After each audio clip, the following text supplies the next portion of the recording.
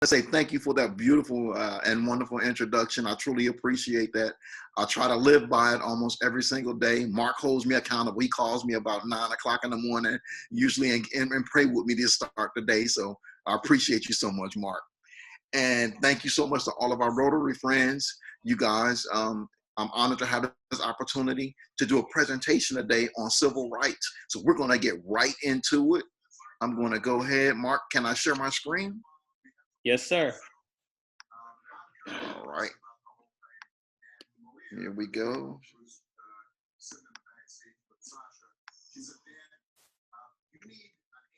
And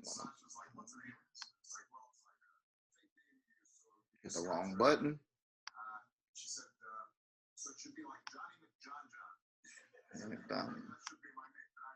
And I'm just going to present. That's the right button.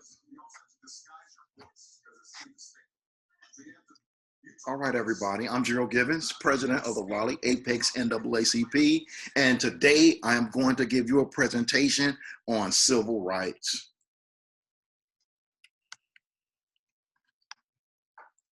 The NAACP is an organization that has about 2.4 million members, activists and advocates who can mobilize both online and offline. We got about 22,000 branches all across the country. And we have over 800 youth and college branches with branch members that are under the age of 25. We have over 47, we're in actually 47 states in the union.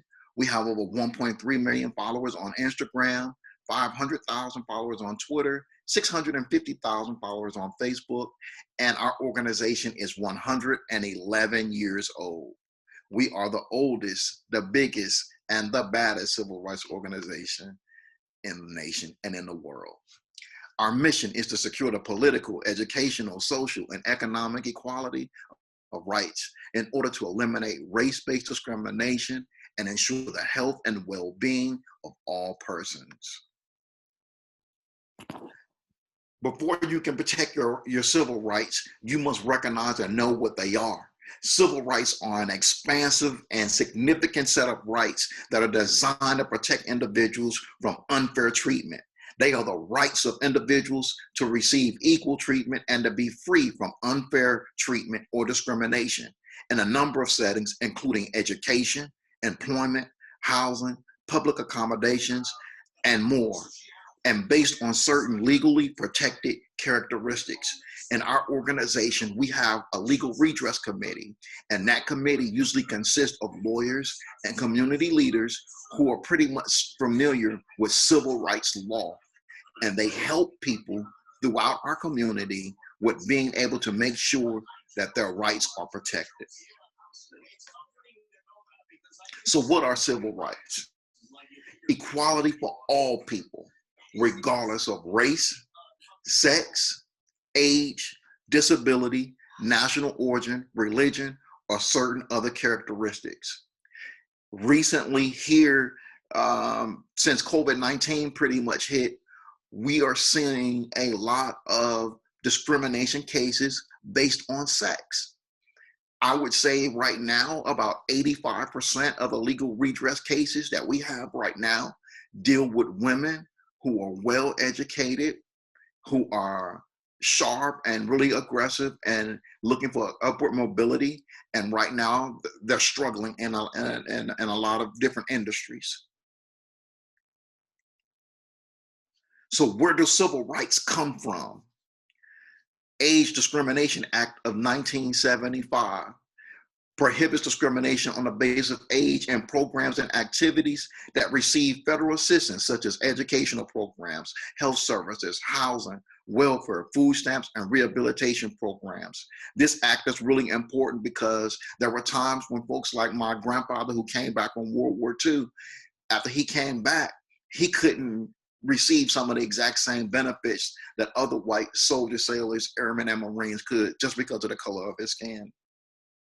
Age Discrimination based on Employment Act prohibits discrimination against job applicants and employees over the age of 40 in terms of compensation, advancement opportunities, and other employment conditions. I think so far since I've been president of our branch, we probably had maybe about 2 of these cases. I think one was with an Asian American male and the other one was with a Hispanic female. Americans with Disabilities Act prohibits discrimination on the basis of disability, real and perceived, in employment, state and local government, public accommodations, commercial facilities, transportations, and telecommunications. I recently served as an election official doing early voting here in North Carolina, and I had the opportunity to work on the curbside voting, and it gave me a whole new perspective on those people with disabilities exercising their right to vote. We cast votes for thousands of people who couldn't see, who couldn't talk, who were immobile and just ill. So it gave me a whole new perspective on those with disabilities. And then the Civil Rights Act of 1964, far-reaching legislation prohibiting discrimination on the basis of race, color, religion, sex, or national origin in the areas of employment, education, voting, and public accommodations. The Fair Housing Act prohibits housing discrimination on the basis of race, religion, sex, familial status, and disability. The Fair Housing Act is very important because I believe the first house that was pretty much bought in my family, I think it was my grandparents in 1971. And they were only allowed to be able to buy a house in a certain area of St. Louis, Missouri. And so the impact of that today is that my grandmother, who still lives in that house, and she's 87 years old, her house is currently valued at about $75,000. As in the houses where she was forbidden to be able to move into, those in that neighborhood, the average house is about $300,000. So that's how important the Fair Housing Act is. Section 504 of the Rehabilitation Act of 1973, the first disability civil rights legislation passed in the United States. It prohibits discrimination against disabled people in programs receiving federal financial assistance. And then the Voting Rights Act of 1965, enacted to address Jim Crow laws in the Deep South, other barriers minorities face when trying to participate in elections. Key provisions of the act were removed by the Supreme Court in 2013. Immediately after the Supreme Court gutted the Voting Rights Act, you saw immediate impact. Over 900 polling locations throughout the South were removed. And then you just started seeing voter ID laws and all strict voter ID laws, strict signatures. It was like going backwards. It was like an upgrade from the days of having to guess how many bubbles were in a bar of soap or how many jelly beans were in a jar.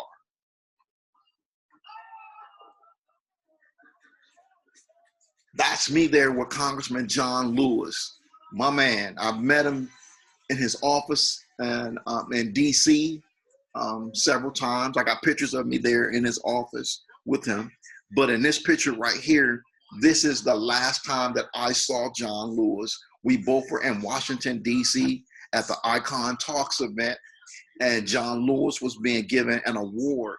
And I'm a member of Icon Talks. It's an organization that that supports entertainers that go out and give motivational speeches and things like that. And we do a lot of good work for children all across the country. One of the programs that we do when in the pre-COVID-19 era is we bring athletes together, and we have a youth Olympics, and we bring in football players, basketball players, and we all meet up in the stadium, and we have a great time with these kids when it comes to athletics. And each year I sponsor footballs, and about 250 footballs.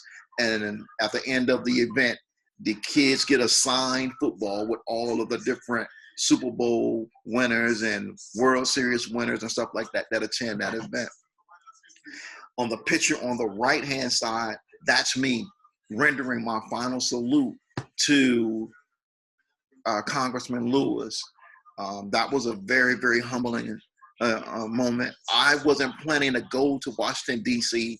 that day, but I woke up and something in my spirit just said, Gerald, go. So I told my wife, I said, hey, I think I'm going to go ahead and go to DC. And she said, well, go ahead. And I gassed up the car and I got to DC. I left maybe about 8:30 in the morning. And I think I probably got to DC somewhere around noon, maybe 1 o'clock. And man, you're talking about a humbling experience. And John Lewis have been uh, just an inspiration to me ever since I learned about who he was and knowing about Hosea Williams, who was by his side when he crossed the Edmund Pettus Bridge. If you guys don't know who Hosea Williams is, Hosea served in World War II, and he was the only one in his unit to survive a Nazi bombing. And after he healed in Europe, they brought him back home to the United States, and Hosea went to a water fountain, and the water fountain that was for black was like, it was unsanitary. And so he drank out the water fountain that said white, and Hosea Williams was almost beat to death. As a matter of fact, they took him to the morgue. And when the mortician saw that he had a pulse, they went and they took him to the hospital. So, and then to see Hosea Williams stand by John Lewis' side after dealing with what he dealt with World War II, dealing with what he had to deal with when he drank out that water fountain, and still marched on the right-hand side of John Lewis on the Edmund Pettus Bridge on Bloody Sunday. I mean, that's, as a veteran, those are the guys whose footsteps that I'm following and trying to work with other leaders in our community who stand up for good trouble and who stand up for necessary trouble, like John Lewis. So at this time, I can take any questions that you guys may have. This is my contact information. If you guys want to reach out and connect with me, you can take a screenshot of that or get with Mark or some of the other folks here in the Rotary, and they can always guide you on how to connect with me. And I'm ready for questions.